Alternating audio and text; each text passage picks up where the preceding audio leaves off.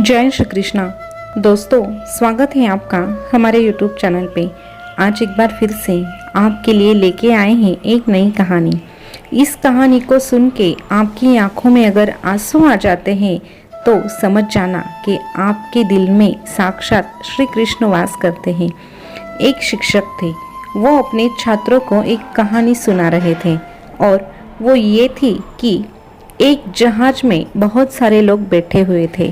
तभी उस जहाज का कैप्टन आके सबसे कहता है कि इस जहाज में पानी भरने वाला है, कुछ ही देर में ये जहाज समुंदर में डूब जाएगी।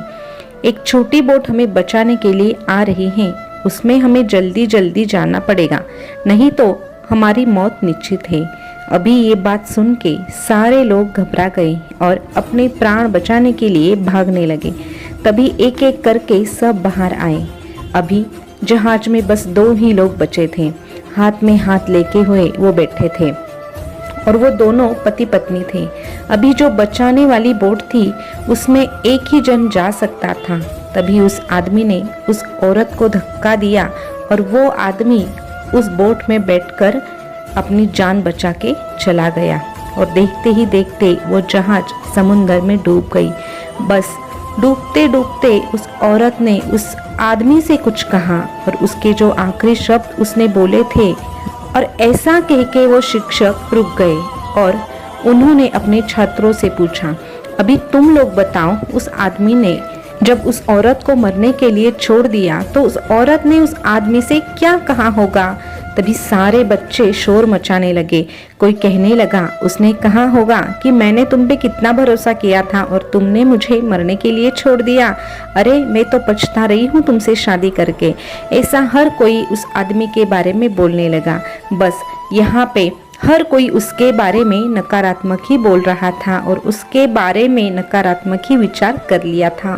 तभी उसमें से एक बच्चा चुप बैठा था और तभी शिक्षक ने उसकी तरफ देखा तो उसकी आंखों में आंसू थे। तो शिक्षक ने उससे कहा कि तुम बताओ, उस आदमी से उस औरत ने क्या कहा होगा मरते समय? तभी वो लड़का बोला, उस औरत ने कहा होगा कि मेरे बच्चे का ख्याल रखना।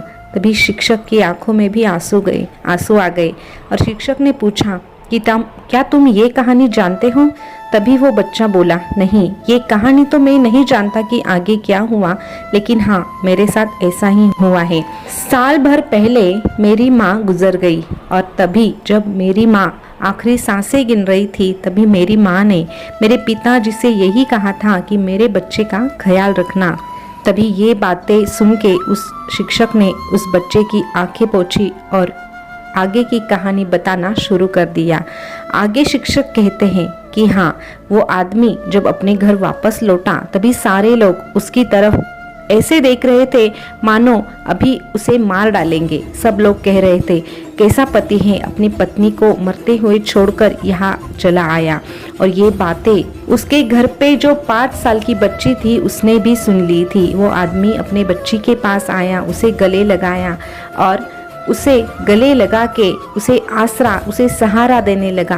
तभी उस बच्ची के मन में क्रोध पैदा हुआ था। उसे लग रहा था कि मेरे पिताजी मेरी माँ को मरता हुआ छोड़ के आ गए और अपनी जान बचाने के लिए इस आदमी ने मेरे माँ को मार डाला है, ऐसा ही उसका कहना था। उसके बाद उस आदमी ने अपनी बच्ची का बहुत अच्छे से ख्याल रखा, उसको संभाला, उसे बहुत सारा प्यार दिया, माँ का प्यार दिया, बाप का प्यार दिया, फिर उसे पढ़ाया लिखवाया और इस काबिल बनाया कि वो खुद के पैरों पे खड़ा हो सके।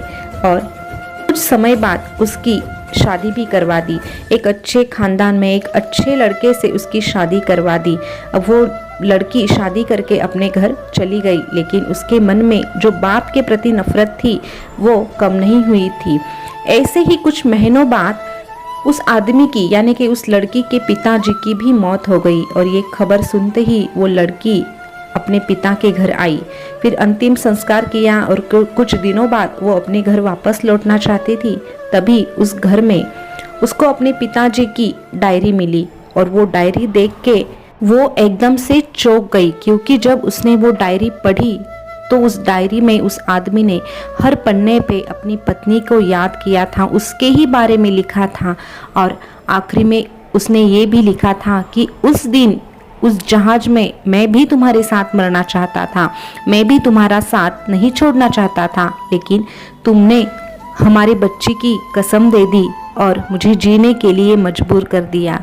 और तुमने कहा कि मैं तो कैंसर से वैसे भी 6 महीने बाद मरने ही वाली हूँ, वैसे भी हमारी बच्ची को माँ का प्यार नहीं मिलने वाला, माँ तो उससे छीनी ही जाएगी, लेकिन अगर आज तुम भी मेरे साथ मर गए तो वो अनाथ हो जाएगी और वो किसके सहारे जिएगी।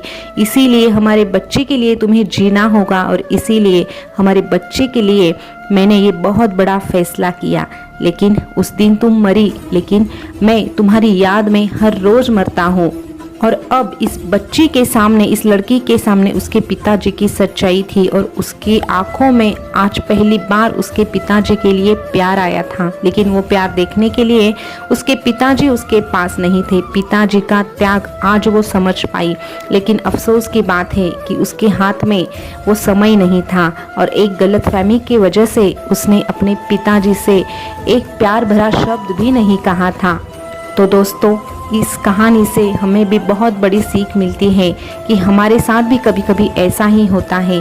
किसी बात के लिए हम किसी को गलत साबित कर देते हैं और एक गलत फहमी हमारी पूरी ज़िंदगी खराब कर देती है। अगर हमें किसी के बारे में कुछ पता नहीं है तो अच्छा है कि हम चुप रहें, ना कि उसके बारे में हम गलत अफवाहें फैलाएं।